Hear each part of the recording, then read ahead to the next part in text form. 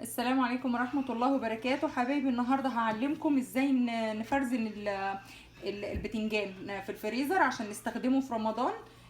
سواء بقى للمسقعة او للمقبلات بالثوم والخل والليمون، او لصواني البتنجان بالبشاميل. اول حاجة هنقطع الجزء اللي فوق من البتنجانة بالشكل ده، وهنقطع الجزء اللي تحت، وهنقشر حاجة بس بسيطة كده من هنا. يعني هنقشر الجزء ده والجزء اللي الناحية التانية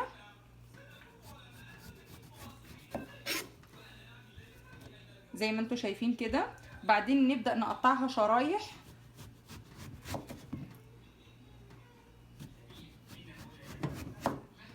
بالتخانة دي، يعني اقل من سنتي، عشان ما تبقاش تخينة وتسحب زيت كتير، او انها تبقى ارفع من كده وتتحرق مننا، واحنا مش عايزين كده طبعا.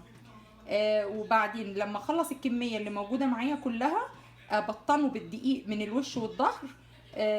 طبعا انا مش يعني، في ناس بتحط عليه ملح وهو مبلول كده عشان يمتص منه الميه والسوائل اللي فيه، بس عشان انا هعمله دلوقتي بسرعه فما عنديش وقت ان انا اعمل الخطوه ديت واسيبه منقوع فتره. فانا هعفره بالدقيق من الوش والظهر. اول حاجه الدقيق بيخليه مقرمش، وتاني حاجه بيخليه ما يشربش الزيت، ويعني ايه، والى حد ما بيفضل لونه متحافظ عليه، اللون الحلو للبتنجان. كده خلاص بقى هو وصل للون الكويس. مش هزود عليه النار اكتر من كده لان انا مش عايزاه غامق جدا، لان هو البتنجان كل ما كان مستوي اكتر وفي نفس الوقت لونه فاتح كل ما كان يعني احسن في الاكل، يعني شكلا وطعما. هحطه على ورق نشاف بالشكل ده. وهعلمكم الطريقه اللي بعد كده هتكون ازاي. الخطوه اللي بعد كده هضغط عليها بالشكل ده بالمناديل.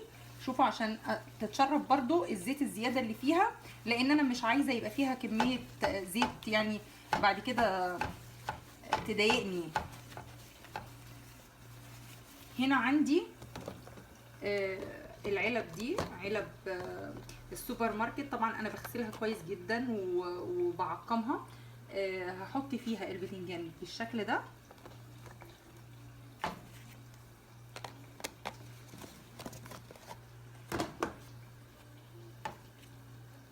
زي ما انتوا شايفين كده. طبعا هتاخد كمية كبيرة، نخلص الكمية ونرجع له. شوفي كده، العلبة الواحدة تكفيكي الصينية كاملة، سواء صينية مسقعة او صينية مسقعة بالبشاميل مثلا، او صينية بتنجان بس بالبشاميل، او صينية رول الباستا. رول الباستا ده انا هعمله معاكم باذن الله في رمضان. لما بنطلعها وتفك من التجميد بتكون البتنجانة طرية بقى عن كده، اقدر ان انا الفها فبتتلف جوه منها نوع من المكرونة ونوع من الصوصات بتتحط عليها. اكله لذيذه قوي باذن الله. بنعملها سوا. لو انت عجبك الفيديو ارجوكي حطي لي لايك عشان فيديوهاتي توصل لاكبر عدد من الناس. ولو انت مش مشتركه في القناه ارجوكي انك تشتركي فيها. وكمان لو انت شايفه ان الفيديو ده مفيد ممكن تعملي له مشاركه، تنزليه على صفحتك بالفيسبوك، او انك ترسليه بالواتساب لاصحابك وقرايبك وكده عشان الجميع يستفيد. وشكرا ليكي، وشكرا على الدعم من كل الناس اللي بتحط لي كومنتات للتشجيع. والسلام عليكم ورحمة الله وبركاته.